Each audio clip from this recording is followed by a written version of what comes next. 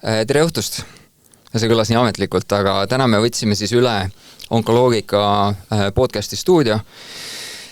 Mina ei tea, kuidas Krister ja Pille meid sellega siin usaldasid, aga vaatame, mis sellest välja tuleb. Et meeste kuu eri ja mehed stuudios räägime mehi puudutavatest probleemidest, tervisehädadest, vähist. Ja sa pidid vist midagi ütlema selle e-meetupi kohta. 26 on ta tulemas. Jah, 26. novembril kell 8 õhtul tulevad siis mehed veebidel kokku, et muljetada, rääkida, tutvuda ja rohkem infot leiab Onkoloogika Facebooki lehel, et minge vaadake sinna. Väga hea. Ja. Nii, kas teeme kerge sissejuhatuse? Jah, kas ma peaks selle 3 meest 4 munaga jätma sisse? Jaa, et kahjuks see hea nali, meie reaktsioonid läksid juba alguses kaduma, aga 3 meest 4 muna. Stuudios on 3 meest, aga 4 muna. Ja me ei saa ise otsustama, kellel kui palju neid on.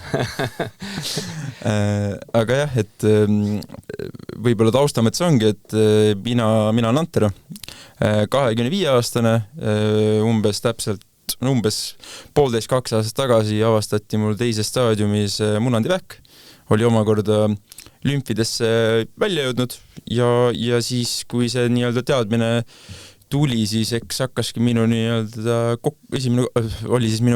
esimene isiklik kokkupuude vähiga. Nüüdseks on olukord hästi, olen jälgimisel ja õpin nii-öelda uuesti eluga toime tulema nii nagu vanasti. Me teeme sellised lühikesed introd vist. Jaa, see oli väga... Mina olen tahtnud sinu käest alati küsida, et millega sa tegeled? See ka natuke ütleb võib-olla inimese kohta midagi. Minu taust on üldiselt sellistes kasvuettevõtetes, startupides, hetkel töötan sellises ettevõttes nagu Bolt tooteühina ja see ongi minu igapäevatöö. Ära ütle, et sa tõukerataste peal oled. Ei, ma tegelen toiduga, Bolt Foodiga. Selge, siis on hästi. Nii, mina olen Karl. Mina olen siit 3 mehest ilmselt kõige eakam, 36 lausa. Ja minul õnnestus siis kahjuks tabada sarnane saatus, võib-olla veidi siis ütleme, kui nüüd kategooriatest rääkida, siis natuke kergem saatus oli, sest minule justkui öeldi, et on esimese staadiumi mingi A-grupi kasvaja tuumorhaigus. Ja meie vastas istub siis arst, kelle poole ka mina pöördusin oma muredega, et äkki ütle enda kohta ka paar sõnu. Ja, tere kõigile! Väga tore on kohal olla ning mina olen Markus, mina õpin praegu või läbin hetkel uroloogia eriala residentuuri, ma olen 5. aastale juba jõudnud ja lõpp on juba lähedal ning põhitöö kõrvalt teen ka natukene erakliiniku tööd ning jah, et Karli jutt vastab tõele, et sealt, et minu kaudu ka Karl oma diagnoosini jõudis, et Kas see on doktor Markus või doktor Markus Kiili või doktor Kiili? Kuidas pöörduda võib? Doktor Haus. Ma arvan, et siin podcastis võib Markus pöörduda, et ei ole mingit peent tiitlit vaja. Okay. Kas sul on mõni varasem kokkupuude ka vähiga olnud? Minul oli täiesti selles mõttes täiesti tühi leht, et ütleme, asi oli natuke kahtlane mulle endale juba, ma arvan, nädalaid või kuid ja mõte kõikus seal taga, kuni ma siis ühe korra lõin selle vana hea Google'i lahti, kes kinnitas mu ideed ja siis sisuliselt oli nii, et ei läinud palju aega, võib-olla mõned päevad või nädal, kuni ma Markuse juurde läksin, et asi kindlaks teha. Aga ütleme, väljapool nagu enda tutvusringkonnas või väga palju kokku ole puutunud, muidugi siit-sealt kuuled ja pigem ma arvan, et need asjad, mis minu kõrvadeni jõuavad, on kahjuks ikkagi need olnud sellised nagu tumedama lõpuga või sellised raskemad juhud, et munandivähist ma nii palju ei ole kuulnud ja siin võib-olla ongi siis hea nagu sellest, võib-olla räägime selle haiguse korraks läbi, siis saame sellelt edasi minna. Et see ei ole vist eriti sage haigus, et kuidas sa nagu arstina seda Eestis näed ja kui palju seda esineb või et mis selle üldised väljavaated on, kui inimene selle diagnoosi saab? No ta on nagu selle koha pealt on ju noorte meeste puhul on ta kõige levinum vähitüüp ehk sõltuvalt raamatust, et kuni 35 või kuni 40 aastane on ju, aga kui võtta nagu need absoluutarvud, on ta tegelikult ikkagi nagu harv. Et neid juhtumeid meie riigi puhul jääb pigem niisugune mõne 10 ringi iga aasta on ju, ja ka ühes haiglas olles nendega nagu tegelikult ka neid ülemäära tihti ei näe, kuna need on ju riigi peale need mitukümmend juhtu, aga neid haiglaid, kus selle probleemiga on ju tegeletakse, on ju tegelikult on ju mitmeid. Et tegelikult ega neid ka haigla praktikas nagu ülemäära palju kogu aeg ei näe, on ju. Aga ütleme jah, et üldpildis on ta ikkagi küllalt nagu hästi ravitav tänapäeval, talle jõutakse nagu küllalt varajaselt või enamasti ikkagi jälile olukorras, kui ta veel on nagu ravitav, kui ta ikkagi munand on ühel hetkel nagu kivikõva, et ikkagi ju paned tähele, on ju, või ütleme, et kui munand kogu aeg valutab, et varem või hiljem ikkagi nagu lähed ja kontrollid, teed mingi ultraheli või midagi, et ta annab ikkagi märku, et kui võib-olla mõne nagu kõhuõõneorgani puhul võib juhtuda, et mingit nagu valu ei ole ja organit ju niimoodi ei näe ja ei tunne ka oma käe all kogu aeg, on ju, et võibki juhtuda, et esmane diagnoos on juba mingi edasi levinud, on ju. Aga munandivähiga, kuna algkolle on kogu aeg nagu nii-öelda kas või duši all, on ju, puutud temaga kokku, kui nagu iga päev kokku puutud, tunnet kohe, et kui ikkagi midagi hakkab muutuma, et järelikult ikka midagi peab nagu olema mööda läinud. Jah, minul täpselt nii oligi. Käisin jooksumas, pärast jooksupesu tunned, et kuule häirib. Kusjuures mul ei olnud üldse niimoodi. Okay. Huvitaval kombel. Mina kuidagi, võib-olla see on hea see taustast rääkida ka, et minul kunagi, see oli siis 3.-4. klassis, mäletan seda kästi, et läksin ka sellise kõhuvaluga arsti juurde ja siis mul oli see mingisugune süst seal, veetsüst või mis on see, kui süst tekib munadisse, see niimoodi opereeritakse ära niimoodi, et sul see munadikott jääks lahti, võetakse välja ja nii edasi. Neid on erinevaid. Nagu... Mingit sorti selline oli, kas see võeti ära ja siis sellest saadik, see oli samas munandis, nii et sellest saadik ma ütleks, et ma olen oma munadid proovinud ikkagi jälgida, siis juba öeldi ka, et umbes, mul oli mingi kokkupuud olemas justkui nagu sarnase asjaga. Ja siis ma enda arust ikka jälgisin, aga minus olukord oli üldse nii, et mul lõpuks hakkas selg valutama, mul oli nagu nii veidrad seljavalud. Ja kuidagi nagu munandis ma isiklikult nii väga ei tundnud seda, isegi kui arst katsus tol hetkel, kui ma läksin esimest korda uurima seljavalu kohta just, ja siis ma ütlesin, et tegelikult munandis natuke ebamugava, kui ta katsus, ega mul nagu otseselt valus ei olnud ega midagi, mis oli huvitav. Ja siis tegelikkuses ma ei suutnud kohe nagu mingit arusaamaga teha, ma läksin siis lõpuks, ma käisin erinevate arstide juures ja igalt poolt pandi muidugi sind ootama. Siis ma lõpuks läksin läbi PERHi, selle EMO läksin siis, ja siis seal mul ka vaadati visuaalselt, tehti nii-öelda kontroll ja kõike ja öeldi, et et tegelikult nagu ei ole mingi nii palju suurem ega midagi muud sellist, aga siis tehti igaks juhuks ikkagi siis see ultraheli. Ja ultralist tuli välja, et seal midagi on, siis tehti juba see skänni juurde ja siis ma mäletan hästi, kui see pühapäeva õhtu ma ise vaatasin oma skänni tulemusi, siis ma saadeti koju, pandi esmaspäevaks nagu aeg juba ära ja siis ma ise proovisin oma skänni tulemusi tõlgendada ja siis ma sain Skänn oli siis kompuuter või? Jah. Okay. Et siis ma proovisin need ise tõlgendada ja mis ma nagu sealt sain juba aru ja mis järgmine kinnitus sai oligi see, et tegelikult mul oli munandivähk ja see oli omakorda siis juba sinna selga siis edasi läinud ja mis jah... siis mitte otseselt selga, eks? Lümfidesse, et oli lümfidesse edasi läinud, mis oligi minu jaoks huvitav, et ma ausalt öeldes, võib-olla ma ise nagu olengi selle peale mõelnud, et ma ei suutnud näppu peale panna, et mis hetkest mul siis raskem või halmem või midagi hakkas. Ja siis oligi kuidagi see, et ma tagantjärele proovisin mõelda ka, et käisin sõpradega suusareisil, siis oli alaseljavalu, aga ma sõitsin autoga kokku umbes 18 tundi, ma arvasin, et see on autosõidust. Tagantjärele mäletan, sõbrad küsisid ka, et kuule, sul seal virises kogu aeg see selg valutab, et äkki on sellega seotud, ma ei tea. Munandiga ongi, et otseselt ei olnud nagu mingit jama, ma ütleks, et ma ikkagi jälgin seda, aga arstide poolt oli ka see tagasi, et umbes, et et sa ise ei saanud varem aru või. Et ei saanud, ma enda arust ikkagi jälgin selliseid asju. Et jah, võib-olla see on minu nagu see, et mina kohe ei saanud aru ausalt öeldes. Ma ei tea, kui sagedasena see sul oled varem või nagu kui palju sul oled muidugi sellised juhtumeid näinud, aga no kõik need, mida mina olen näinud, on ikkagi nii, et kui ikkagi munandit nagu katsud, ikkagi saad aru, et seal ikkagi midagi on ju. Aga loomulikult alati vähi suurus ei korreleeru sellega, et kas ta annab kauglevikut või mitte, on ju. Et et aga ütleme, kõik, mida mina olen nagu näinud, on ikkagi peaaegu alati nagu kohe nagu kohe katsud saada aru, et ikkagi jah, see on see ilmselt see punkt, kui inimesed tulevad, eks, et kuule, et see ei ole nagu tavaline mul, on ju. Aga siin ongi huvitav küsimus, et mina enda peas kujutan ette, et see on hästi nagu ja täiesti patsiendi rollis, ma ei ole seda tegelikult uurinud, lugenud, vaadanud, et mis see tegelikult see ajaraam sellel olla võib, et mina kujutasin enda peas ette, et mul, ütleme, november, detsember, jaanuar hästi töine, stressirohke aeg ja nii edasi ja siis jaanuaris ma tegin sellist challenge'it, et iga päev jooksed on ja mingigi maa ja siis hakkasin nagu tundma, et munandi juures nagu tegema, algul mõtlesin üldse, et äkki olen ära löönud kuskil pallimängul või ratta peal või mida iganes. Aga siis, kui ma diagnoosi sain, siis ma mõtlesin aasta aega tagasi, et kuule, et juba suvel oli mõnikord ratta peal nagu tundlik, on ju, kuidagi nagu teistmoodi hell, nagu oleks ära, et kui pikalt see tegelikult mul võis seal nagu ees siis idaneda, et kas ta on selline, et ta tuleb põmm, 2 kuuga kasvab sul üles nagu üliagressiivselt või on ta selline, et ta tegelikult istub sul seal, võib olla erinevalt, et ongi, et mõnel ongi, et vähitüüpe on ju palju neid alamtüüpe ja ongi, et mõni on kiirem, mõni on nagu rahulikum.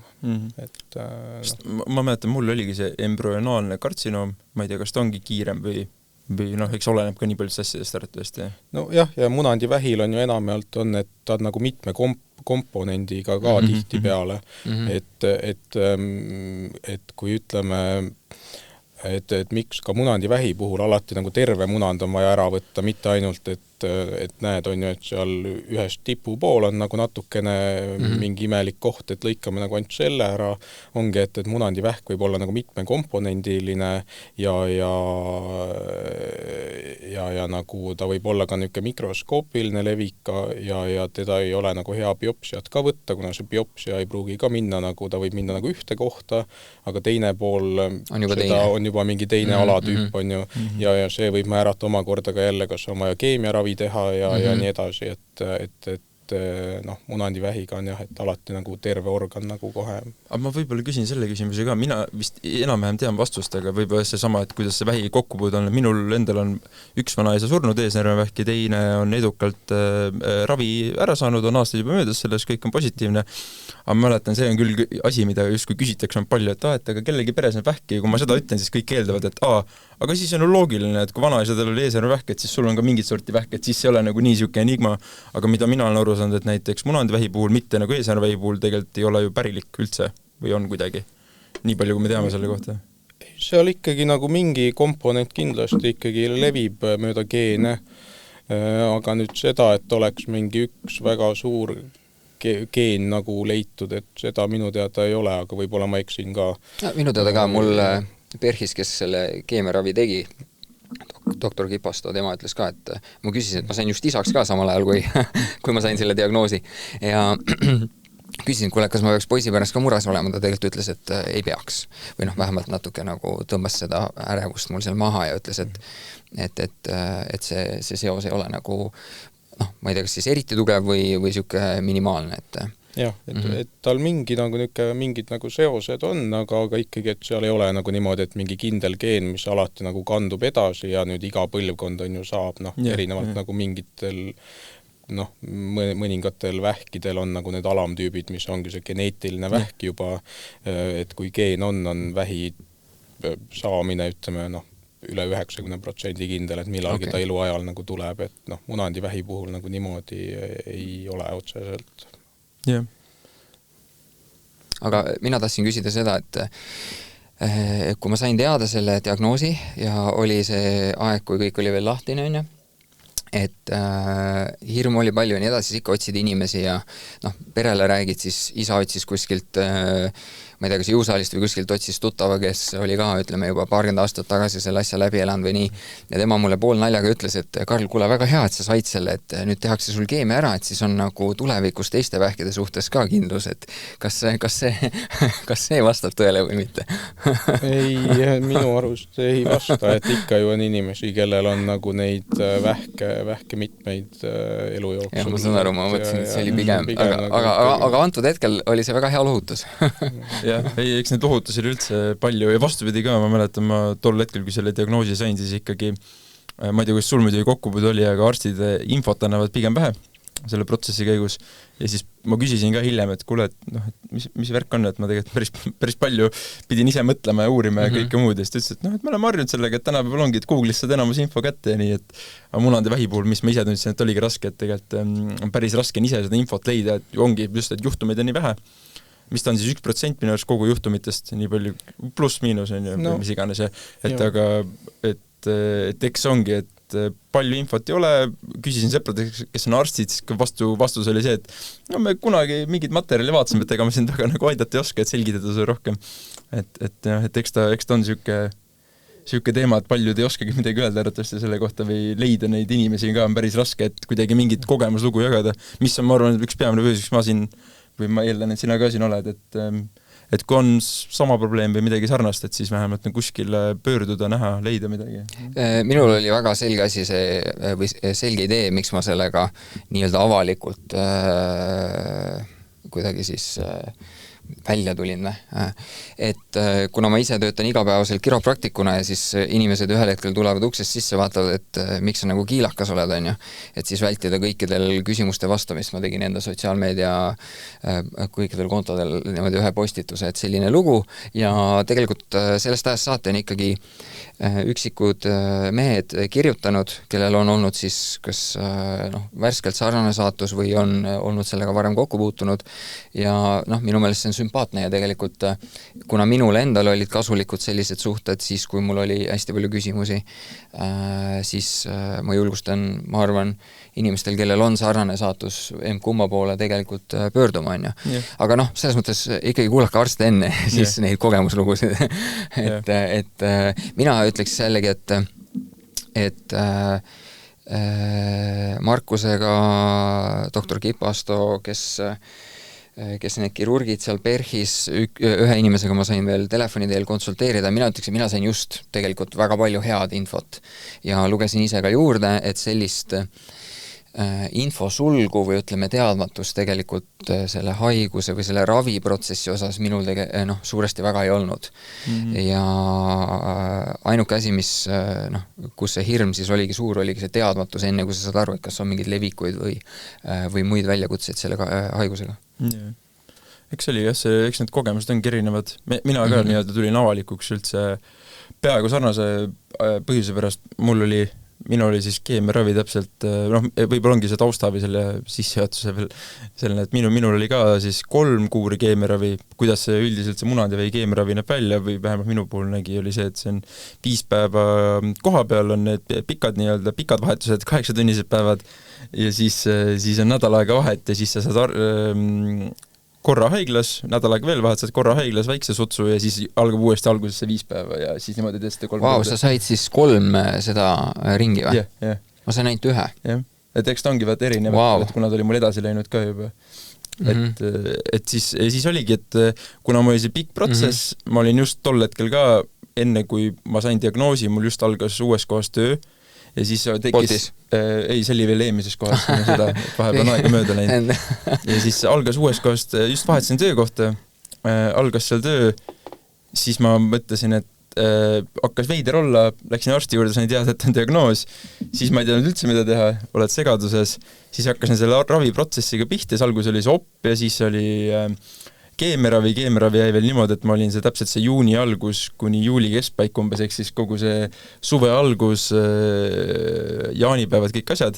Ja siis oligi see hetk, kui hakkad nagu sõbrad kirjutavad, et kuule, et pole ammu näinud, et uues kohas oled natuke aega olnud juba, et jaanipäeval ka ei olnud, et mis värk on ja siis ma ei julgenud kellelegi algus öelda, et miks ma nii peidus olen. Tõsi, et sa alguses hoidsid nagu täitsa... Täielikult jah, mitte keegi ei teadnud, et mina hoidsin kõigest peidus peale pere ja mõne lähedase. Ja siis oligi lõpuks hetk, kus ma saan aru, et ma olen nii pikalt seda teinud, et ma enam ei julge inimestega rääkida ja siis ma tegin avaliku postituse puhtalt sellepärast, et ma tundsin, et need üksikud inimesed, kellel üldse kõik olid šokis, nii et mul oli lihtsalt see, et ma teen kõigil avaliku postituse ja siis on see, et keegi tahab küsida, ta küsib, kui ta ei taha küsida, ta ei küsi, aga vähemalt kõik saavad aru, et miks ma näen kõhnem välja, miks ma võib-olla juukseid pole, miks ma võib-olla vahepeal ära kaon ja nii edasi. Et mul oli küll see selline olukord, oli see, et ma tulin ka avalikult sellega ja siis kuidagi peale seda samamoodi ma sain nii palju positiivset tagasisida selles mõttes, et inimesed huvitusid sellest teemast, meeste tervisest üldiselt, kes rääkis mulle oma mingitest muudest probleemidest, kes võttis mind kui usaldusisikut ja siis ma saan aru, et tegelikult ma olen suht vaba sellega, ma võin sellest rääkida, et ja mina mäletan, mul oli alguses just see probleem, et ma ei leidnud inimesi ja siis ma kuidagi võtsin selle rolli, et ma võin siis seda tulevikus ka teha, et kui kellelgi on abi vaja, et jah. Et mul oli selles mõttes veidi sarnane lugu ja nüüd ma ka, see põhjus, miks siin olen ka, et kui lõppude lõpuks on minusugune noor tüüp, kes on segadusest tol hetkel, et ma hea meelega räägin taga, et miks mitte. Aga Markus, miks me siis ei julge rääkida sellest haigusest?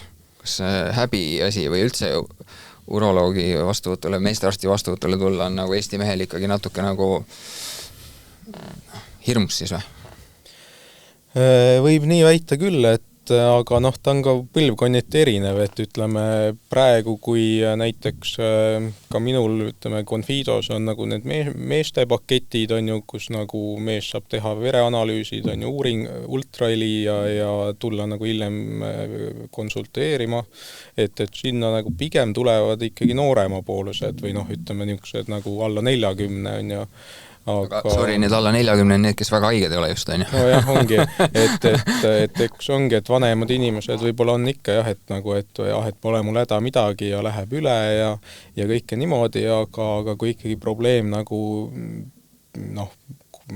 mõne kuuga üle ei lähe, et ikka midagi peab häda ka olema, et enamalt jah, aga uroloogia jah, kuna me puutume kokku nii-öelda intiimorganitega palju, et loomulikult on nagu mõned kardavad rohkem, on ju, et tulla ja nii-öelda näidata end, vabandust väljenduse pärast, aga ega jah, ma mingi nagu suure hurraaga ei läinud, vaata, et kuklas on juba diagnoos ja siis lähed veel nagu näitama ka ja et isegi MyFitnessi selles riietusruumis ma ikkagi nagu päris nii ei käi, vaata, et pigem hoiad rätikut ümber, et ma tegelikult saan aru sellest, aga võib-olla ka selle podcasti ja selliste postituste ja selliste väljarääkimiste nagu üks mõju olekski see, et inimesed nagu veidike vähem oleksid selles osas siuksed allergilised nii-öelda, et pigem ikkagi tegutseda ja mis siis, eks ju.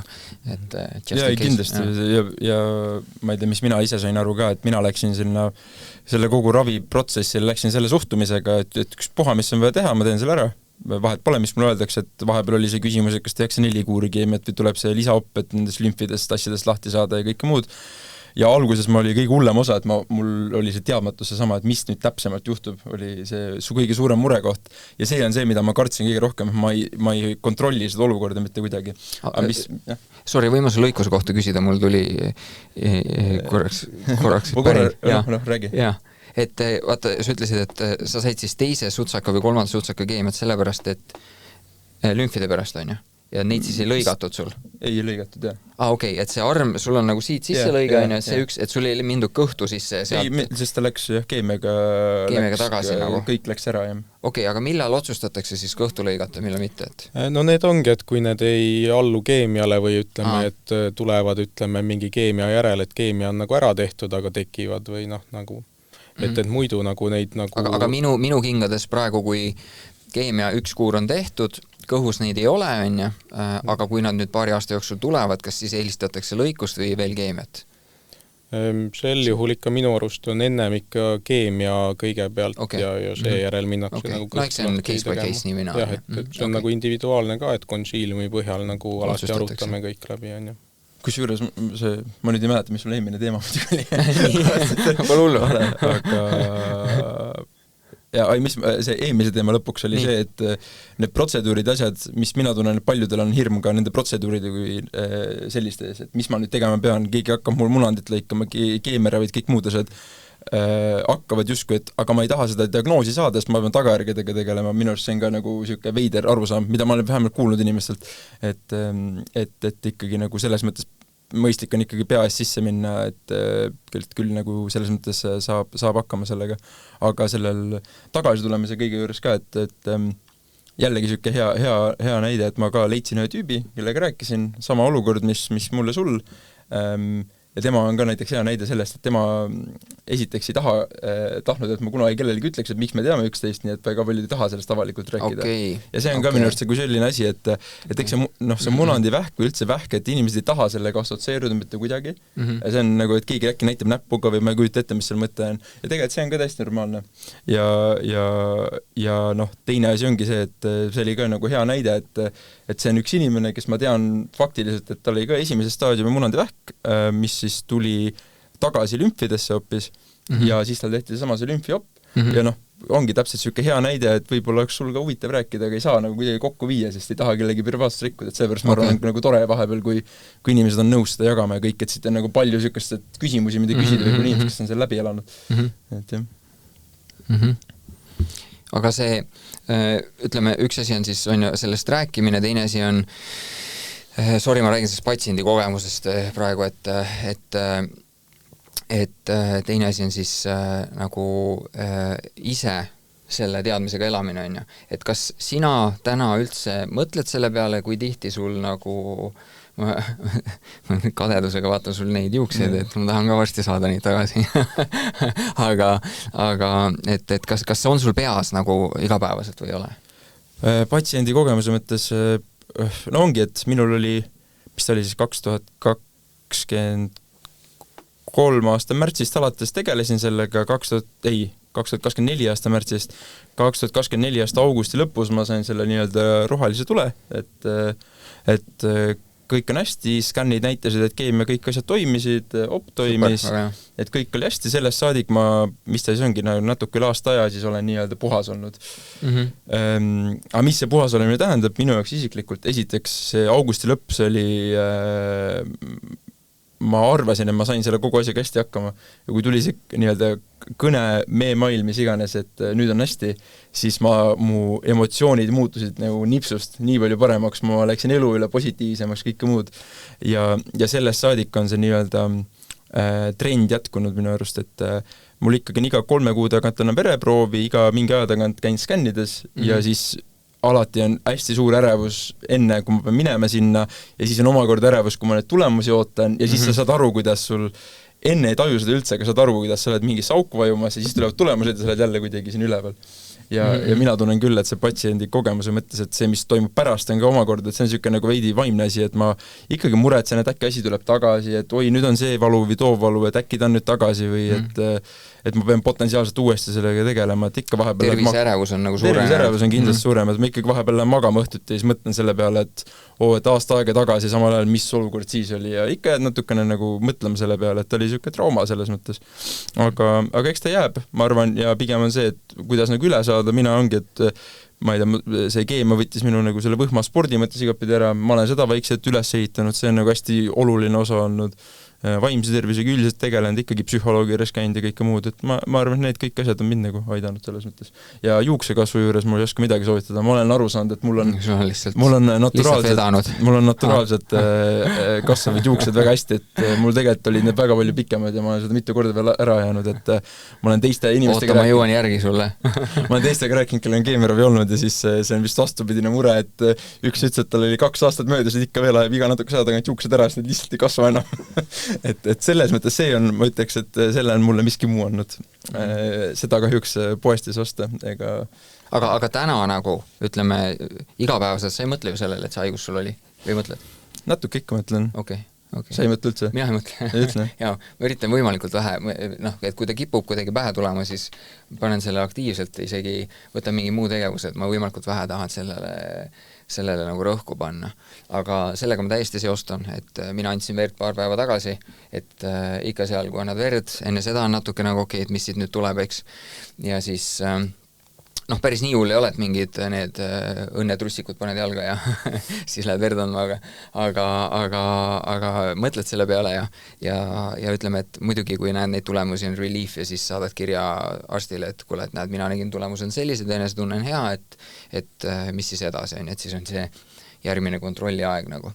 Kusjuures selle õnnetrussikutega mul üks särk oli esimesel päeval keemial ja ta oli kogemata mul ka sellel, kui ma opil käisin ja siis oli esimesel päeval keemial ja siis ma hiljem pilte vaatasin, siis ma sain aru, et see on sama särk.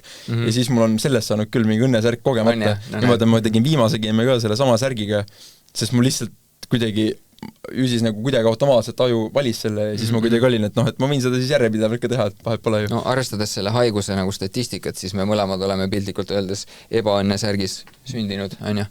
Et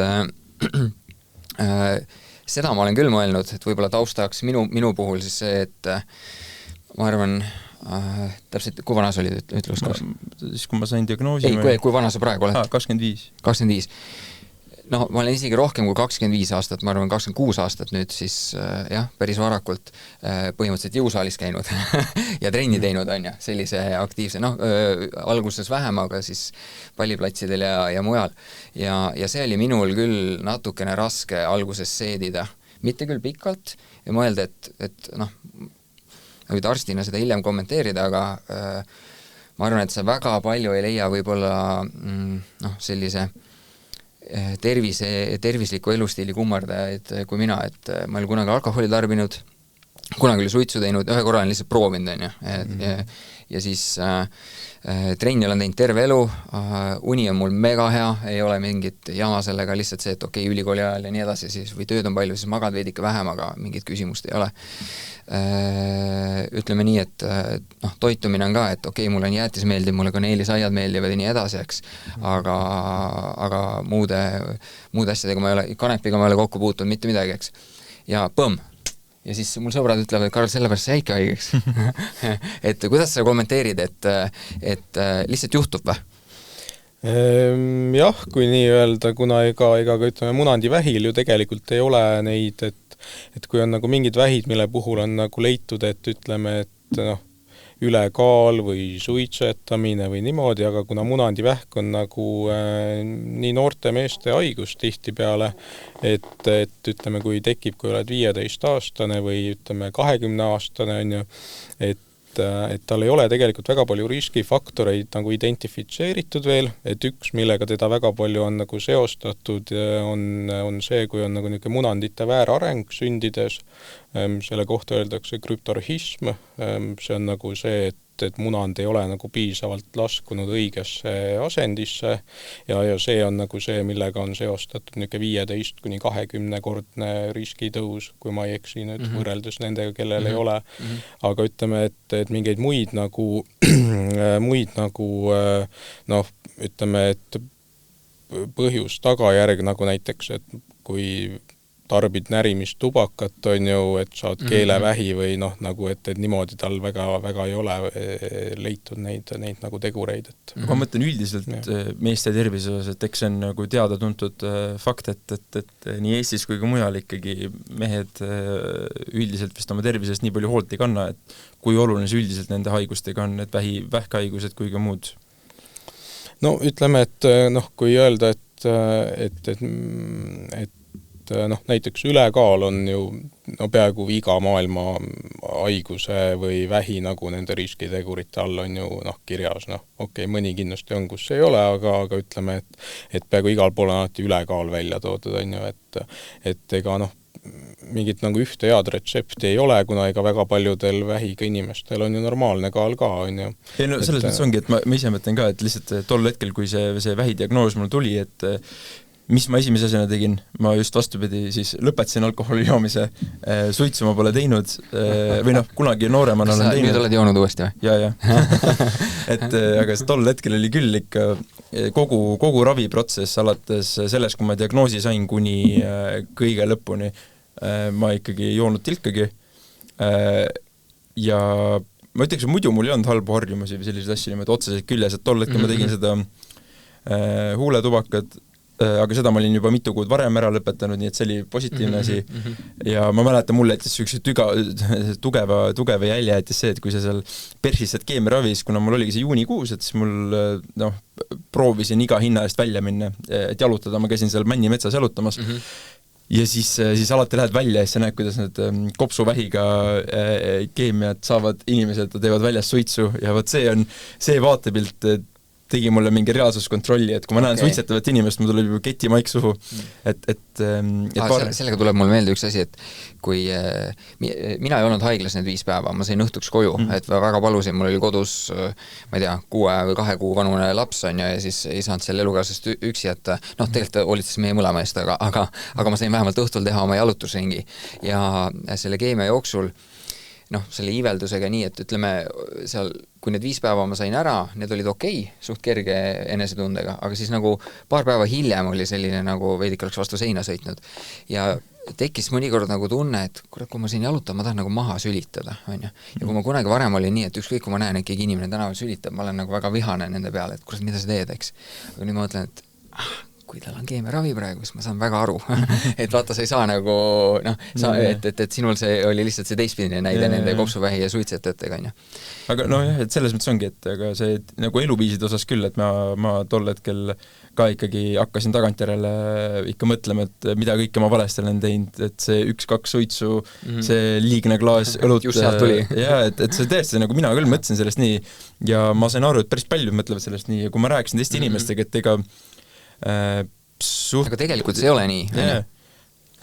Otseselt mitte. Selles mõttes sa ju ühe või 2 suitsuga sa, sa tõstad seda riski, aga sa ei tõsta seda nagu massiivselt, on ju. Aga kui sa oled 40 aastat suitsetanud, siis on teine asi, eks? Jaa, ei kindlasti, et teatud haigustest on ju, mitte munadiväis siis. Jah, et näiteks suitsetamine on ka järjekordne asi, mis on nagu ka väga paljude haiguste riskitegurina välja toodud, enamike vähkide põhitegurina.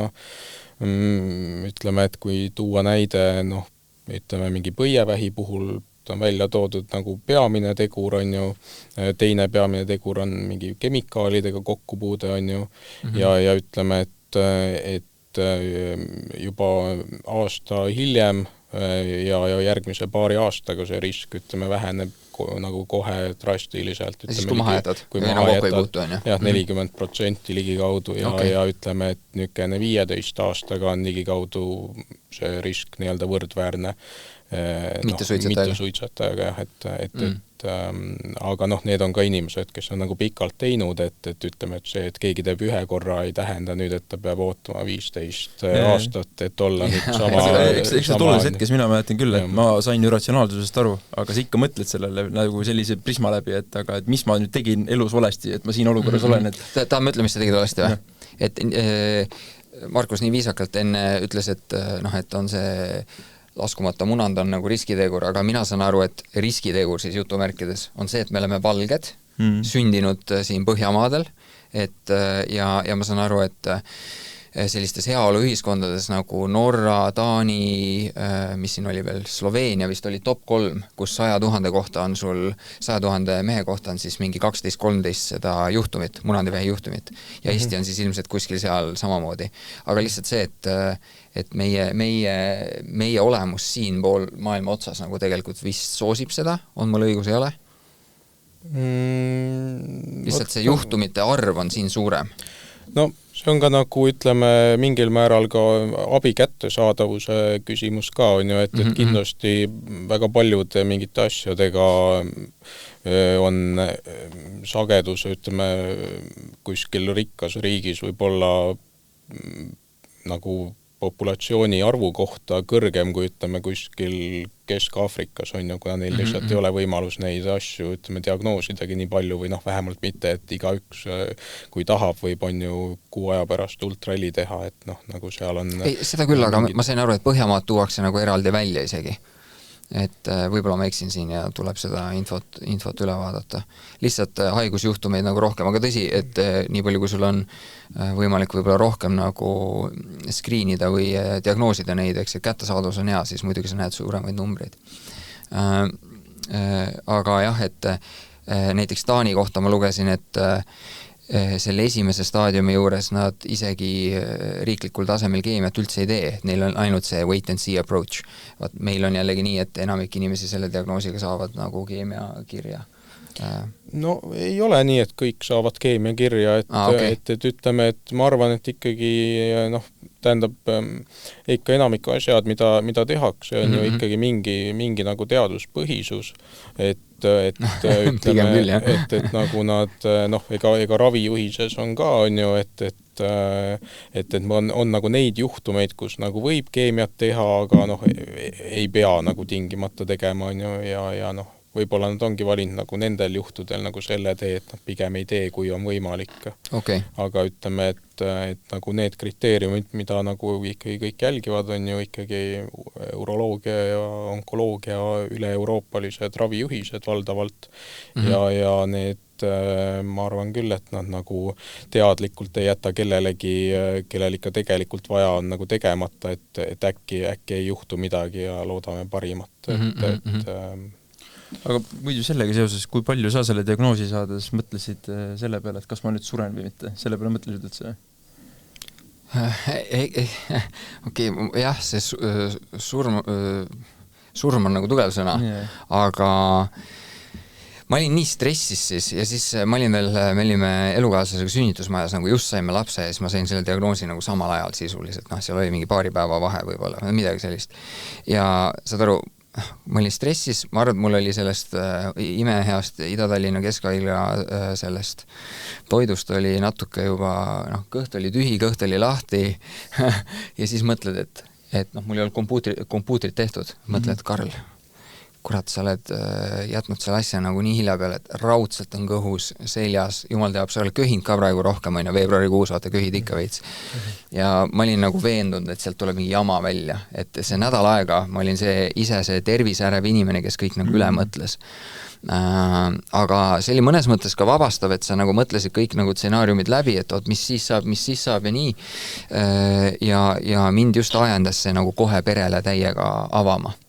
Et elukaaslasega kohe seal ja siis oma vanematega nagu ka reaalselt 30 minutit hiljem rääkisin sellest nendega, et ma tegin kohe kaardid hästi lahti, et selline olukord.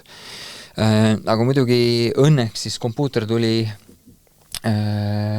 nii-öelda selles mõttes puhas, et siirdeid mujal ei olnud ja siis mul tegelikult nagu kivi kukkus, eks.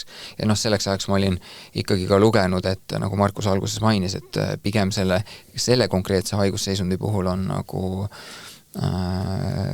väljavaated head. Ja ma mõtlengi, et minu olukord oli see, et kui ma sain aru, et mul on see edasi läinud ka, siis esimene kirjutasin ühele sõbrale, kes on arst ka, et kuule, et sain sellise tulemuse, et mis see tähendab, et saatsin oma need skänni tulemuseni, siis ütles, et tema ikkagi arstina teise inimese tööd ei hakka tegema, aga et võib mulle öelda, et midagi hästi ka ei ole. Ja siis ma olingi, et sain esimese nagu sellise kinnituse ja siis ongi see huvitav, et siis sa lähed sinna sellisesse nagu rabbit hole'i, et hakkad uurima, mis kõik tähendab, hakkad neid mingid ravijuhiseid kõike vaatama, siis hakkad mingi protsente lugema, et seal on muidugi mingid 1000 erinev faktorid, mis võib mõjutada, aga hakkad vaatama protsenti, et teise staadiumis kukub see automaatselt mingi 20 punni allapoole või mis iganes. Ja kuidagi arstina ma saan aru ka, et keegi väga mingitest protsentidest väga rääkida ei tahtnud ka, vähemalt tol hetkel või kinnitada midagi. Ja siis endal ongi siuke ebakindlus, saad aru, et tegelikult vist olukord on hästi, et kõik on nagu tehtav ja nagu peab vist minema selle raviga kaasa.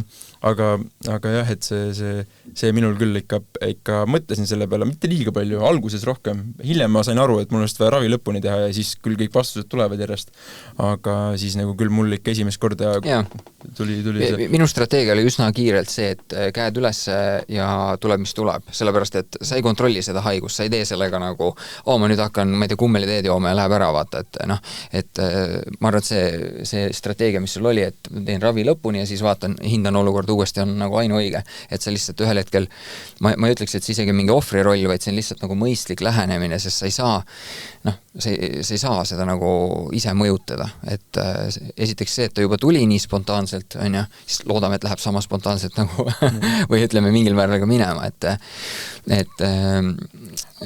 kuidas üldse muidu Eestis on, et ma ei tea, kas selle haiguse spetsiifiliselt või üldiselt,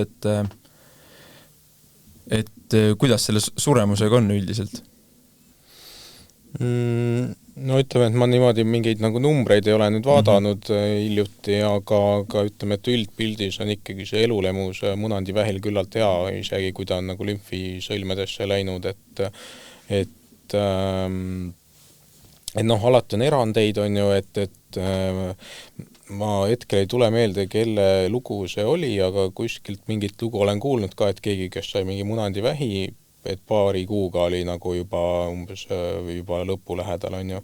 Et alati iga haigusega on niimoodi, et alati võib väga individuaalne olla, et me kunagi nagu ei teagi nüüd ette, et kõik võib nagu õieti tehtud olla, aga kunagi ei tea, et kellel nüüd ikkagi tekivad need retsidiivid ja kellel mitte, on ju, et isegi kui kõik on by the book tehtud, on ju, noh, ikka nagu kunagi ei tea tegelikult täielikult ette. Jah, ma mäletan, mina ka tol hetkel proovisin nagu statistiliselt asja vaadata ja mõelda, et nii, et kui oleks nüüd 20 munandivähiga inimest ühes ruumis ja ütleme, me jaotume 8 need, kellel on väga halb ja mitte, siis ma proovisin alati mõelda, et kummal pool seda nii-öelda rivi ma oleksin või mitte.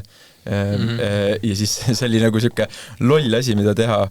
Aga siis ma kuidagi proovisin endale sisendada vähemalt, et ma arvan, et ma läksin selles nagu enamuses, ehk siis enamus ikkagi saab terve ja siis ma olen seal rühmas. No seda me alati arvame, et meiega ei juhtu või me oleme enamuses. Aga mis see mulle selgeks tegi on see, et täpselt sama, et arvad, et midagi juhtu, aga selle esimene kord, kus ma saan aru, et vahepeal ikka juhtub ka asju. Et ja siis, mis on kõige tähtsam, ma arvan, ongi see, et see sama, mis me rääkisime, ma arvan, et lihtsalt minna selle raviga kaasa, on eksperdid, nendega konsulteerida, teha ravi on üsna ma ei tea, munandivähi puhul kui ka tegelikult enamus vähkide puhul, kui just mingid siuksed edge case pole, et on üsna standardne, sellel on mingisugune loogika, mis toimib, et noh, ma arvan, et kõik tuleks alustada sellest, et ma lihtsalt ise tolles hetkes ka hakkasin kohe, või õigemini mul pereliikmed hakkas otsima juba EOS alternatiive ja siis ma üks hetk hakkasin kaasa minema ja siis mingi hetk ma panin ise pidurit ja ütlesin, et kuule, et ma pole isegi ravi alanud, et mis ma seda alternatiivi otsin. Et see on see, et inimesed, eks see tekitab sellise olukorra, kus sa hakkad, või kui palju sa seda tundnud, et inimene mees tuleb mingi haigusega ja siis paneb jala maha, ütleb, et ma ei ole nõus raviga kaasa minema, ma hakkan alternatiive otsima või ei ole väga selline?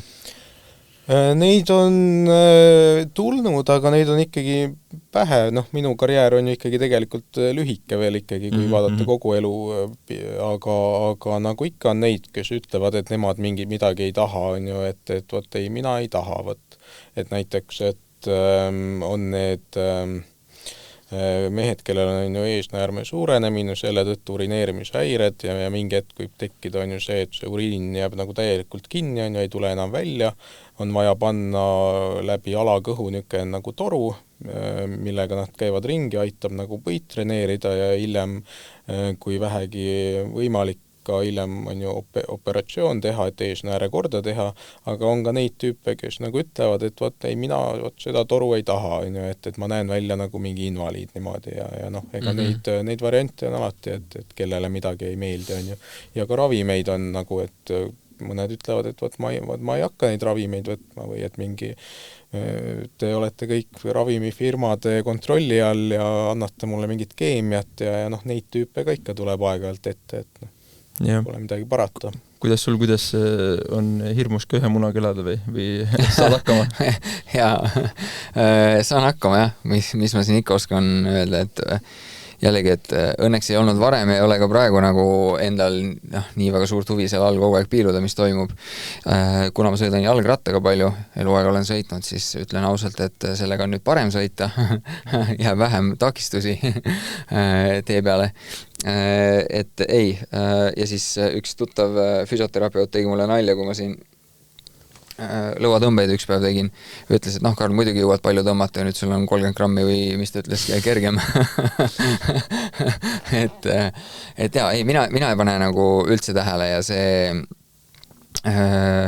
noh, eks see siuke natuke naljakas asi või väide ole, et armid kaunistavad meest, aga mul on erinevaid teisi arme erinevatest väljakutsetest eelnevaltki, et lasen armid olla ja tuletavadki meelde sulle võib-olla neid päevi, kus nagu päike ei paistnud ja siis mingil määral oskad täna nagu kontrasti leida, et okei, et tegelikult ei ole üldse paha, kui ma saan isegi sellise pihmase novembri ilmaga minna hommikul kohvikusse, on ju.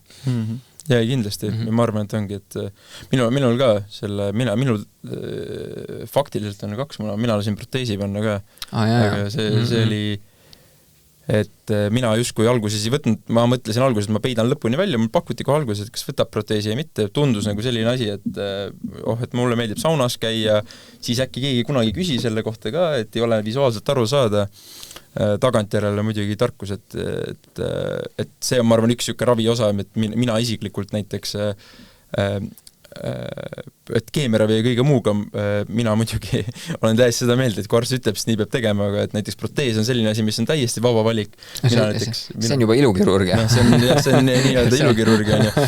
Et sellised asjad ma iseenesest ka, et võib-olla oleks pidanud tol hetkel natuke mitte mõtlema selle peale, mida ma arvan, et ma tahan, vaid mina näiteks poleks seda proteesi igastahes võtnud, et mis mul näiteks juhtus on see, et pandi protees, läks põletikku, oli ebamugavalguses, siis tuli välja, et protees ise pandi liiga kõrgele ja siis mis see lõpptulemus on see, et ega visuaalselt vahet ei ole ja mul oli lihtsalt mingi protees seal. Et sa kogu aeg tunned midagi või nüüd sa on nii ära harjunud juba? Ma olen ära harjunud, aga eks ta alguses on ikka nagu oli võõras nagu. Võõras tunne ja ikkagi duši all iga pool tunned, aga ta on ikkagi siuke kõva tükk lihtsalt seal, mis on hästi ühe koha peal.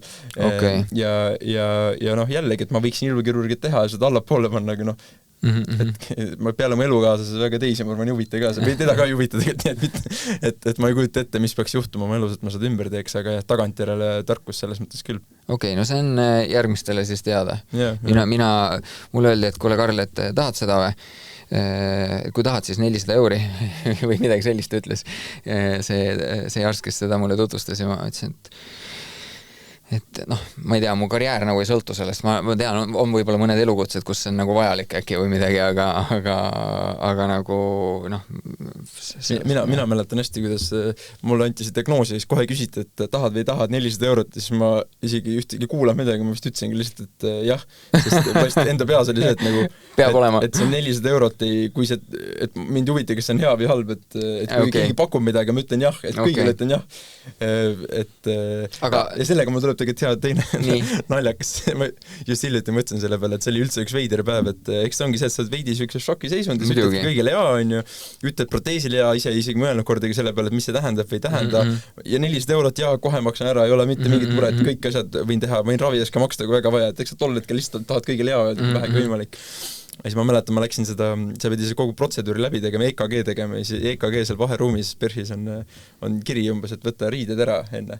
Aga siis mul nagu aju jooks täiesti kokku, nii et ma võtsin kõik riided ära. Ja siis ma läksin sinna EKG ruumi, mis on aina hakkas naarma, et see ikkagi nagu püksid ja sealt läks jalgi, et siis mul nagu vaatasin ise ennast. Siis mõtlesin korra see, et ma mingi autopiloodi peal lihtsalt lugesin kirja, et võtta riided ära, et ma siis võtan et see oli naljakas olukord, et tolles hetkes ma lihtsalt nagu, ma ei mäleta väga palju sellest päevast, ma olin mingis mõtetega. Kuule aru saada tegelikult, noh. Ja siis ma lähen sinna ruumi, siis tuleb, et võtta riided ära, no eks ma võtan, et ära muretse selle pärast. et eks ta ole siuke asi, et tolles hetkes ma küll olin nõus kõigega, mis mulle öeldakse. Wow. Hea, et mulle mingisugust SMS laenu või midagi pakutud samal ajal. Kas sina oled pigem soovitanud inimestele proteesi või mitte? Või kuidas sa tutvustad seda?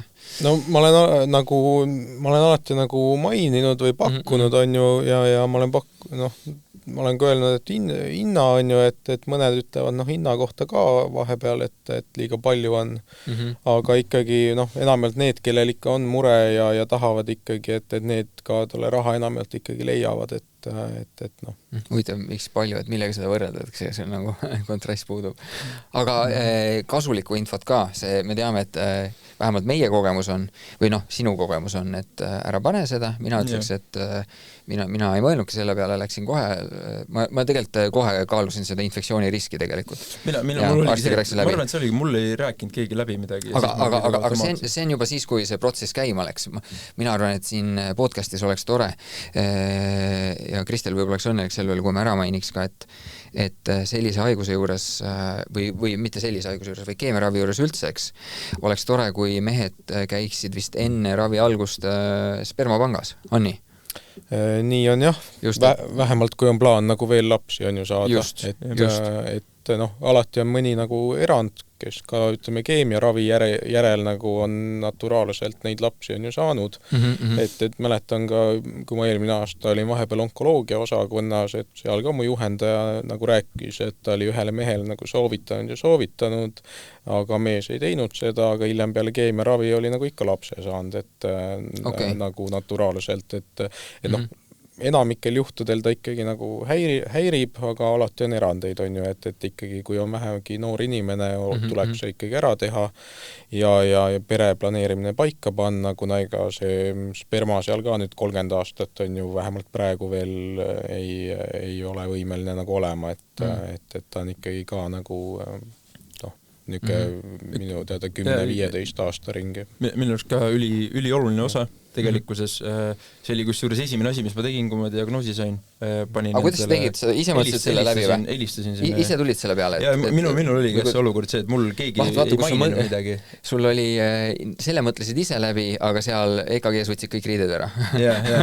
Siis ma olin koju jõudnud ja siis mul... Ja siis, eks see ongi see mingi bioloogiline instinkt, et keegi mulle nagu midagi öelnud, et peaks nüüd midagi külma panema, aga endal tekkis kohe see mõte, et ma olen 25, ma nüüd kohe praegu last ei taha, aga ma tahan kohe kindlasti lapsi saada lähitulevikus. Ja siis see oli küll esimene asi, et ma uurisin välja, mis variandid on, helistasin ITK-sse, ma olin jällegi ütlesin, et pange lihtsalt mul aeg, ma olen nõus, et ükspuha, mis rahasumma sinna panema, et kui ma saaks kunagi lapsi saada, tagantjärele õnneks vedas, et sain selle saatekirja ka, et siis sai tasuta seda kõike teha, et see on ka hea info, et ei pea ise maksma, tegelikult saab saatekirja ka, lihtsalt seda peab küsima nagu päris paljud asjadega. Kui sa tahad hiljem pikendada mingi jumal teab kui kaua, siis sa pead ise maksma, aga see on mingi 12 pluss aastat või midagi.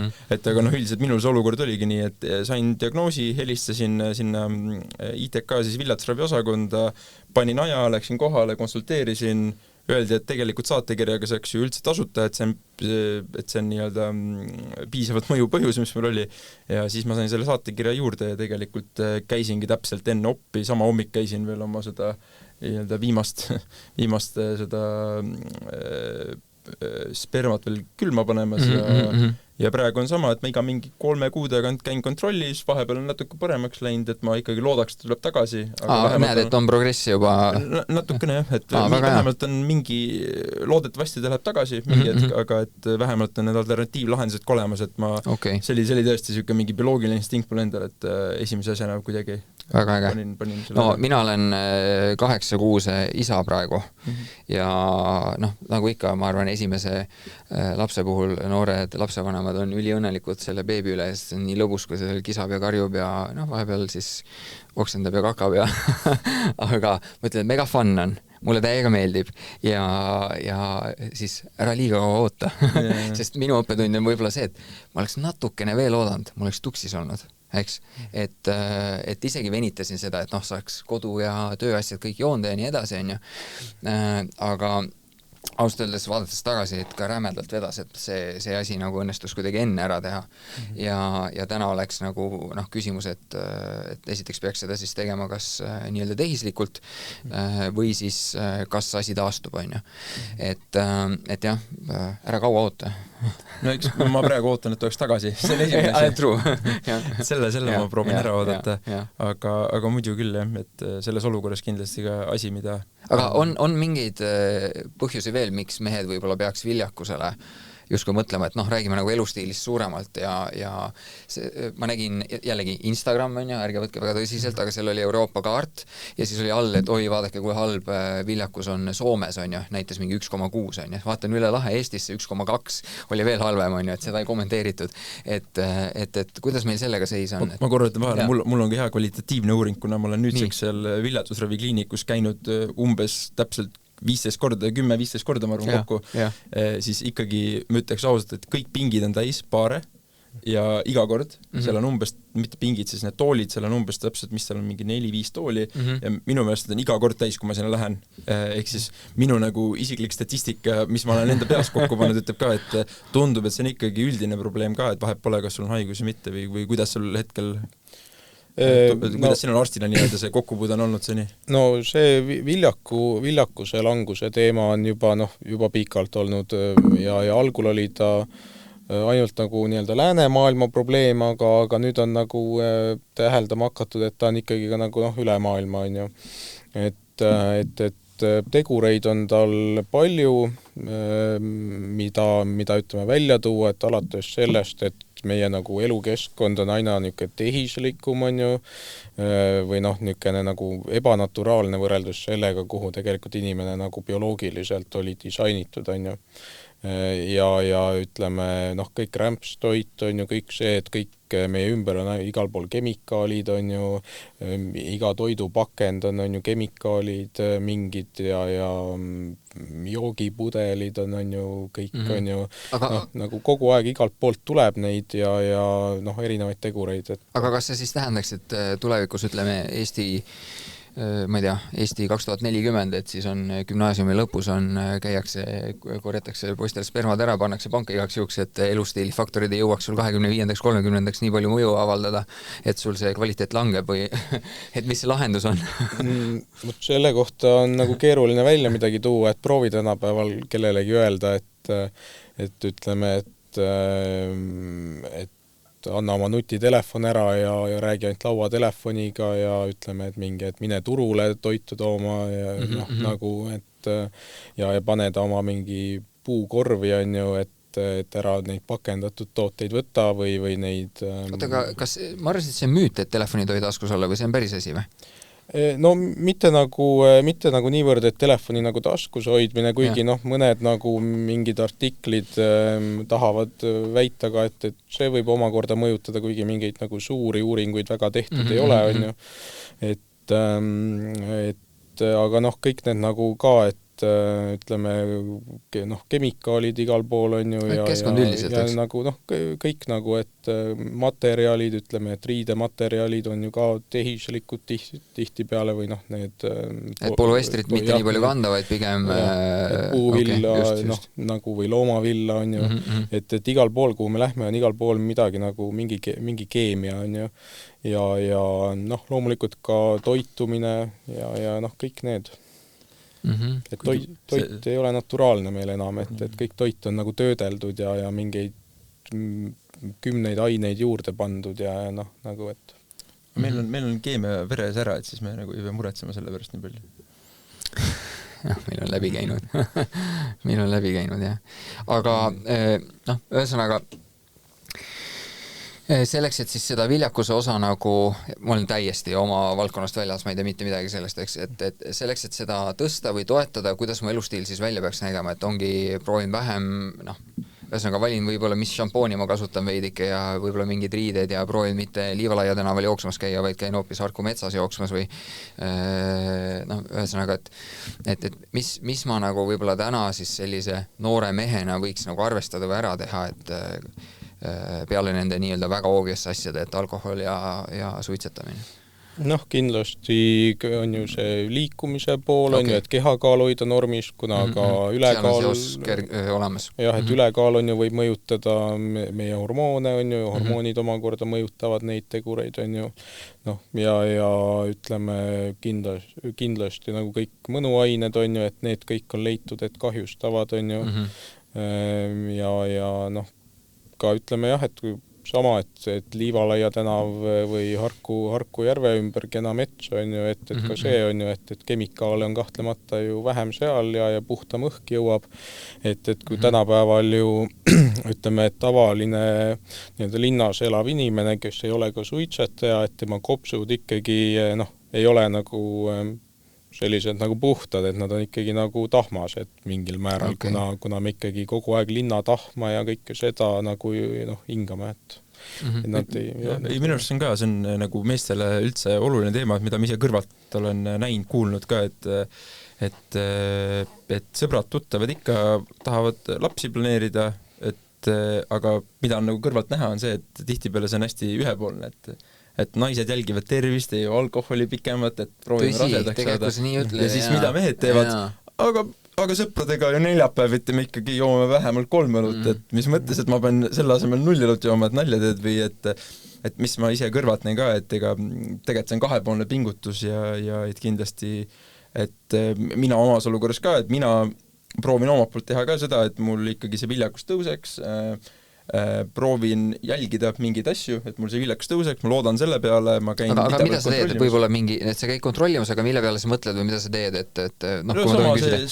Et kohe, kui ma sain aru, et ma seda lapsi ikka tahan ja ma tahaks ikkagi neutraalsel teel saada, et mina ikkagi proovin puhtamalt süüa, kui varem ma ütleks, võtsin mingisuguseid lisavitamiine asju, trenni olen ikkagi väga palju paremaks saanud, kui keemia ajal oligi, et kolmanda keemia lõpuks ma enam trenni suutnud üldse teha, siis jäi pikk paus, keha ei saanud hakkama sellega, nüüd ma olen ikkagi vähemalt 4-5 korda nädalast teen ikka trenni ja kõike muud sellist ja ma leian, et need on väiksed asjad ja seda on tore näha, et kui ma iga 3 kuu tagant käin ja ma näen, et on mingi boost juba toimunud, siis see kuidagi enda peas motiveerib ka samamoodi edasi panema ja ma arvan, et ja isegi kui on mees, kellel pole tervisega mingit probleeme, et eks võib ju sama olukord olla ja see on jällegi asi, mida saab teha konkreetselt, mõõdad ära, kuidas sul seis on praegu, on halb, proovid oma elustiili parandada, kui sa näed mingit muutust, see on saadki juba esimese aru saama, et mida ma võiksin teha, et mul see asi paraneks. Nojah, teie olete vist nii noored, et Jackassi ei tea või teate või? Ikka tean. Okei, ikka tead Jackassi, igaks juhuks. Et mäletate, seal oli üks osa mingis hooajas, kus nad läksid võidu sinna spermakliinikusse ja võitis muidugi see tüüp, kes oli kõige suuremas ülekaalus ja kõige halvemas vormis ja nii edasi.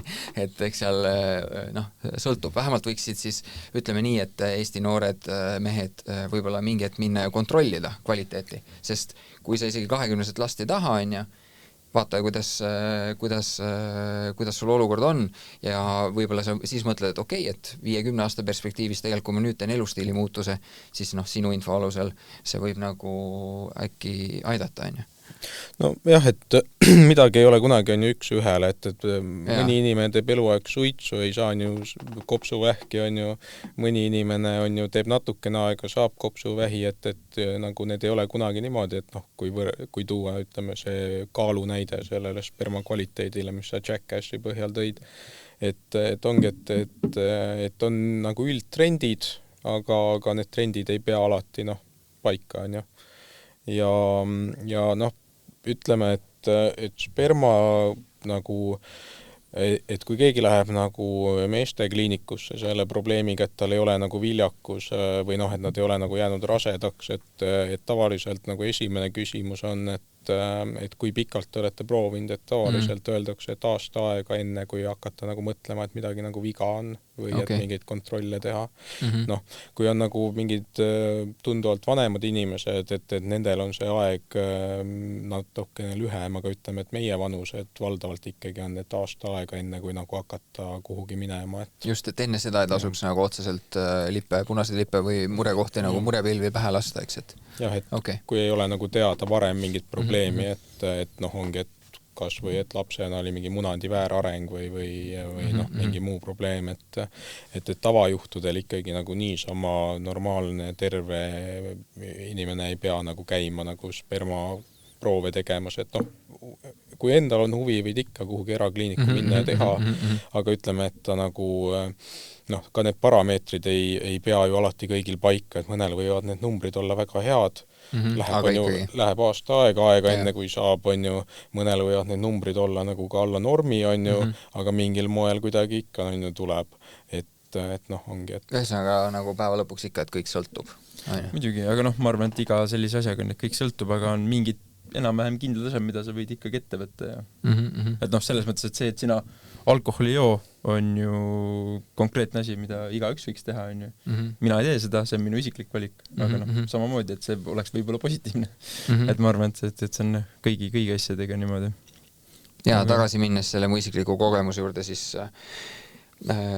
korraks oli see moment, et oled nagu justkui by the book kõik teinud, et miks siis selline haigus, aga teistpidi ma just mõtlesin, et tõenäoliselt see, et mu elustiil on selline, lubas nagu sellest jamast või sellest ravikuurist tulla nagu päris pigem siis kergelt välja, on ju. Et äkki seal mingi korrelatsioon siis niipidi oli, on ju. Võib-olla oli ka juhus, aga vähemalt nii on hea mõelda endal, et siis on nagu selline natukene ise turgutada ennast vaimselt, eks. Ja ma ütleks ka, et ma mäletan seda, see on see, mis mulle selle kogu ravi vältel siis arstid, õed kõik on öelnud ka, et ikkagi nagu heas vormis üldiselt, nüüd ma olen natuke paksemaks läinud, aga üldiselt heas vormis noor mees, et et ära muretse, küll sa tuled sellest läbi, et tegelikult su keha jaksab ja suudab selle asjaga võidelda palju rohkem. Mis ma ise olen mõelnud ka, et kui olukord oleks teine olnud, et ma arvan, et see kogu protsess oleks ka palju raskem olnud, et ma ikkagi sundisin, ma ütleks, et mul on seda nagu, et ikkagi seda nii-öelda, ma ei passinud toas voodis, ma ikkagi igal võimalusel käisin, jalutasin, proovisin end liigutada, mäletan pärast peale esimest seda keemiakuuri, ma esimesel päeval oli ülimalt halb olla ja teine päev ka ja siis kolmas päev hakkas natuke parem ja siis mu esimene lahendus oli see, et ma lähen jõusaalis vähemalt proovin midagigi nagu venitusi ja muid asju teha ja jooksmas käia, siis arstid ütles, et tegelikult nii ei tohiks liiga palju ka pingutada, siis ma teise ajal ma mõtlesin, et ei, aga ma proovin ikka ja siis ma juba sain aru, et ma ei jaksa nii palju ja siis kolmandaks juba ei jaksa mitte midagi teha. Aga noh, mis minu jaoks oli oluline, oli see, et ma vähemalt proovisin ja teine asi, ma ikkagi liigutasin nii palju, kui ma suutsin ja see, ma eeldan, et kui mul tervis oleks nõrgem olnud, siis ma neid kõiki asju poleks jaksanud ka teha.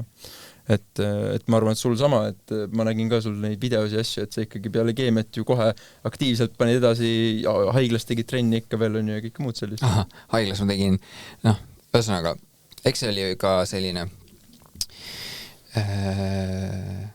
nagu coping strateegia on ju, et haiglas, kui see 6-tunnine, ma ei saa aru, sa ütlesid 8 tundi, mul oli 6 tundi. Ma ei mäleta, mis see oli. Et see 6-tunnine kanüül oli sees, siis ma tegin seal vastu seda aknalauda, vaatasin välja, tegin kätekaid on ju, et ma ei julgenud põrandal päris teha. Ja siis vaata see, ma ei tea, kas vererõhk või surve läks nii suureks, et see pump ütles, et backflow on ju, ja siis läks kinni ja siis pidi nõe appi kutsuma. Aga ütleme, et ma jah, kindlasti nagu liikumist kasutasin tegelikult sellise, kuidas ma ütlen, nagu veidike nagu põgenemiseks, et aga ma arvan, see on okei, iga inimene valibki mingi strateegia, kuidas ta sealt nagu läbi. Mina mäletan, et esimese keemi ajal ma kuidagi eks ma olin ise nagu veits kurvem niimoodi ka, siis ma lihtsalt passisin ja siis ma sain aru, et et niimoodi ei saa ja siis ma hakkasin liigutama rohkem ja siis järgmised keemiad ma ikkagi tegigi neid männipargis, panin kell peal, panin käima ka nagu selle workout'i ja siis tegin oma need jalutuskäigud, vahepeal tuli mõni sõber kaasa, aga mul oli nagu iseendaga diil, et ma pean vähemalt nii palju kõndima ja tagasi tulema ja et see on nagu mu iga päev nagu nii-öelda kohustus. Muidugi see lõppes sellega, et ma oksendasin Tehnika tänavale, aga võt, peab piiri jälgima, aga selles mõttes jah. No näed, siin on see sama, mis ma enne ütlesin, et ei tohi nagu olla kohe kuri, kui inimene kuskil sülitab või oksendab tänaval, eks, et kurat joob seal on ju. Ei, mul oli, ma mäletan üli hästi, et see oli mingi pere mu ees ja siis ma nagu hoidsin kinni ja siis nad läksid täpselt minu kõrval ära ja siis ma panin lihtsalt otsa sinna Tehnika tänavale ja siis ma helistasin elukaaslasele, et kuule, ma vist ikka tulen varem koju, et ma enam vist ei kõnni. Et eks see ongi, et ma sain ise ka aru, et vahepeal võib oleks võinud veits rahulikumalt, aga eks ma ütleks ka, et ma ikkagi, mul käis mingi ala meditatsioon või asi käis kõrvas ja jalutasin ja otsisin nagu tegevust endale ikka päris palju. Pluss ongi, ma tööd ei lõpetanud ka kordagi, ma tegin tööd kogu aeg edasi, et eks see oli ka tagantjärele mõeldes siuke, et proovisin mängida, et kõik on rahulikult. Minul on töö suureski füüsiline, ma ikkagi väga palju koormust langetasin tol ajal, aga selle trenni tegemisega mina sain arstilt väga hea soovituse, et 30% sellest, mis sa oled nagu varem teinud või mis on sinu nagu varajasem sooritus, et intensiivsus, volüüm, mis iganes, et kui sa hoiad seda selle 1/3 peal, siis see võiks olla teoorias sulle okei, et oled sa nõus sellega? Selle keemia protsessi jooksul on ju? Jah, nagu tähendab, ega loomulikult, ega need, kes olid nagu ennem tegid rohkem, et need saavad ka rohkem, jah, et need ju ravi ajal ka jõuavad rohkem, on ju, et see eelnev toonus on kindlasti nagu mängib rolli. Aga seda nüüd, kas see on 1/3 või 1/4, et ma nii täpselt et ei oskagi öelda, et mina nagu selle poolega nii palju ei tegele ka, et nüüd, et mille järgi need nagu täpsed eesmärgid endale seada, aga ilmselge on, et kui et ütleme 100% see kindlasti ei ole, et kui oled harjunud mingi 200 kilo on ju teed liftima, et tõenäoliselt seda teha ei jõua ravi ajal, et kusjuures jah, ma ikka jooksutempod ja asjad, mul on ka kõik nii palju muutunud. Mul ikkagi see 3. kuur pani mingisuguse suurema põntsu, et ma lihtsalt tundsin, et mul oleks vererõhud ja see läks ikka nagu natuke liiga lakke ja kõik muud sellist ja siis peale seda ma ikkagi ongi, et muidu ma jooksin tublisti, see on ikkagi, ma nüüd jooksen ilusti, aga nagu seda tempot ja kõike on vaja tagasi ka, et ma ekstra nagu näen vaeva sellega ikka ja mingi rinnalt ka ma enam nii palju ei suru kõike muud sellist, et eks ta ongi, aga ma ise olen seda endale öelnud ka, et ma mäletan, missugune olukord oli aasta aega tagasi, oli see, et ma mäletan, ma jooksin 1 kilomeetri ja siis mul keha jäi nagu täiesti läbi nädal aega umbes, et ma lihtsalt ei jaksanud enam. Et nagu kuidagi võhm ja kõik oli nii null ja nüüd ma nagu ikkagi suudan, käisin seda, minu esimene eesmärk oli seda tipustoppini joosta, sest see aasta, kui ma sain selle diagnoosi, siis ma olin tiimis kirjas, pidime sõpradega minema ja siis ma sain teada, et mul diagnoos, siis ma ka ei vaata julgenud öelda pikalt kellelegi, siis ma lõpuks nagu leidsin asenduse endale, siis nad läksid ja siis ma vaatasin kõrvalt seda seal haiglast, vaatasin, kuidas neil läheb ja siis ma tegin ise endaga diili, et aasta pärast ma lähen ja siis see oli mu esimene eesmärk, selle tegin ära ilusti ja siis kõik sealt edasi on nagu juba nice to have. Ja tundub, et selline eesmärgistamine on sinul nagu väga hästi toiminud tegelikult, 30% oli mul sama, et see andis mingi nagu lae või mingi punkti, mille juurde ma nagu julgesin enam-vähem rihtida. Aga noh, sinu probleem on ikkagi selles, et sa oled lihtsalt liiga heas vormis enne, et oli kuskilt tagasi kukkuda. Et mina ei ole kunagi kiiresti jooksnud ja sörgin ainult mingi teosammul, et selles mõttes ei olnud palju nagu langeda. Ma arvan, et me peame vaikselt kokku võtma, aga kuna on meeste kuu, eks, meeste tervisekuu, mitte meeste kuu, siis küsiks ikkagi Markuselt paar asja, et okei, see munandivähk, sellest me rääkisime täna nagu päris palju, aga lihtsalt paar sellist üldist soovitust, mida võiks siis mehed võib-olla, enne kui nüüd jaanuaris jälle kõik lubavad trenni hakata tegema ja kaalu langetama, et milliste mõtetega võiks nagu siit selle tänase kuulamise võib-olla siis meeste arsti nagu uroloogi silma pilgu läbi nagu kaasa võtta mingid head näpunäited? Head näpunäited juba tõid välja ka, et on ju korralikult toituda ja liikuda, aga ma arvan, et oluline on rõhutada, et kui inimene tunneb, et midagi ei ole nii, nagu enne oli või ikkagi midagi on muutunud, et pigem ikka tulla ja näidata, nagu ka ütleme munandite puhul, et on ju tegelikult väga palju nagu nii-öelda valu tekitavaid probleeme, mille puhul nagu on jumala healoomuline olukord, on ju, et nagu munandi ümber veenilaiendid või et ega iga valu ei tähenda kohe vähki, on ju, aga ikkagi, et kõigepealt, et mure enda nagu tervise üle ja kindlasti ka, et tervislik elustiil, toitumine, et loomulikult vahepeal hot-dogi võib võtta, aga kui on ikkagi iga päev hot-dog, et niimoodi ka ei ole hea, on ju, ja liikumine ka, ja trenn, et trenn ei pea olema ka nüüd, et niisugune, et iga päev mingi body pump ja niimoodi, vaid et ka ütleme iga päev pool tundi liikumine või see 10 000 sammu eesmärk, et juba need ka on tegelikult juba liikumise koha pealt võin kommenteerida, et ma iga päev räägin oma vastuvõttudel inimestele, et 150 minutit kardiot nädalas ja siis 75 minutit jõutreeningut. või midagi sellist, ma täpselt enam ei mäletagi, mis need viimased Maailma Terviseorganisatsiooni soovitused olid. Sinul ka mõni soovitus? Jaa, ma ütleks, et ma lisaks ja juurde selle, et kui Markus ütles, et minge keegi arsti juures näidake, siis mul on nagu teine soovitus sinna juurde, et kui tunned, et asi liigub aeglaselt või keegi ei kuule midagi, siis see on ka normaalne. Arstidel, nagu ka meil kõigil teistel, on kiiremad perioodid, on aeglasemad perioodid ja tõesti vahepeal lihtsalt ei jõua. Mida saab inimene, mida saab mees, mina, sina, ükspuha, kes saab teha, on end suruda natukene, mida millegi pärast mehed ei taha tihti peale teha. Et vahepeal peab suruma läbi. See on see, mis minul selles mõttes alguses aitas, et muidu see kogu protsess oleks veninud, mis ma tegin. Ma ühes kohas läks liiga kaua, ma läksin järgmisse kohta, ma sain aru, et midagi on ikkagi valesti. Ja ma arvan, et see oli kokkuvõttes positiivne asi ja ei ole mõtet seda edasi lükata ka üldiselt. Jah, nagu surumine on ka mingil määral nagu töötab, et ma vähemalt Karli näitel mäletan küll, et Karl käis mul ühel päeval vastuvõtul ja nädal hiljem pidin talle helistama, aga Karl juba järgmine päev kirjutas mulle Facebooki, et kuule, mu need vereproovid tulid ja asjad on niimoodi. Ja tegelikult ega sai ka asjad väga ruttu liikuma, on ju, et sai talle kiiresti räägitud, et tuleb on ju sperma külmutada, kompuuteruuringu tegi ta ka äkki juba ainult mõni päev hiljem. Reedeks, esmaspäev ja reede. Jah, et tegelikult ikkagi väga kiire tempo, et mõnikord on nagu kuu aega ootad oma kompuutrit ja noh, et... mina tegin ka sama, et ma läksingi läbi EMO sellepärast, et ma teadsin, et siis kiiremini kõike, et mul oli ka sõber seal tööl ja siis ma ütlesin, et kuule, ma tuleks korra EMO-st läbi, et äkki saab end kuidagi vahele suruda, aga eks ma lõppkokkuvõttes ootasin seal ilusti 6 tundi, nagu need kõik ülejäänud inimesed EMO-s, aga vähemalt sain oma asjad võetud. Aga et kindlasti see surumine asi, et tõesti normaalne asi, mida teha.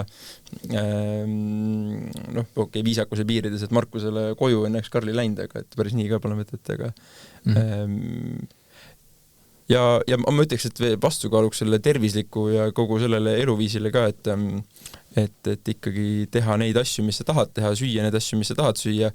Mina ise tegin selle halva nii-öelda osa läbi, et hakkasin liiga palju kõike piirama mingi hetk peale selle ravi, sest jälle seesama kartus, et äkki see, mis ma söön, on vale, äkki see, mis ma teen, on vale. Et mõistlikkuse piirides kõik, et ma mäletan mul üks arst ütles nagu küll natuke naljakalt, aga ta ütles, et kui sa ikkagi neid asju ei tee ja ei söö, mida sa tahad, et siis kas elu on üldse mõtet elada ka, on ju, et siuke natuke... Seda küll, keemia ajal minul olid isud, võtsin selle koka ja viinamarjad, kõik, mis ma tahtsin, et mingid nagu piirangud üldse ei pannud ja võib-olla siis peakski kokku võtma sellega, et pange muutusi tähele, suruge, käige näitamas, kui on muutused, on ju, sööme kaneelisaiu ja liigume ja tuleta meelde veel seda 26. 26. Baby kohtumine kell 8 õhtul onkoloogika Facebookis pidi saama rohkem infot ja tulge kohale, ärge tulge kohale, see on teie enda valik. Seal onkoloogika grupis, mis see iseenesest on, meestele siis nii-öelda, et saad anonüümselt sinna kirjutada, saad rääkida inimestega, kui taha, sa ei pea rääkima, saad lugeda. Mina tol hetkel tundsin sellest isegi natuke puudust, tagantjärele mina hea meelega räägin inimestega, ma arvan, Karl ka, kui on midagi, kirjutage, vahepeal mõni inimene mulle kirjutanud, olen saanud rääkida ja Markus teeb seda kõike sama asja raha eest ja annab natuke targemat infot, nii et soovitan ka üldiselt arsti juures käia. Aitäh kuulamast! Aitäh! Aitäh!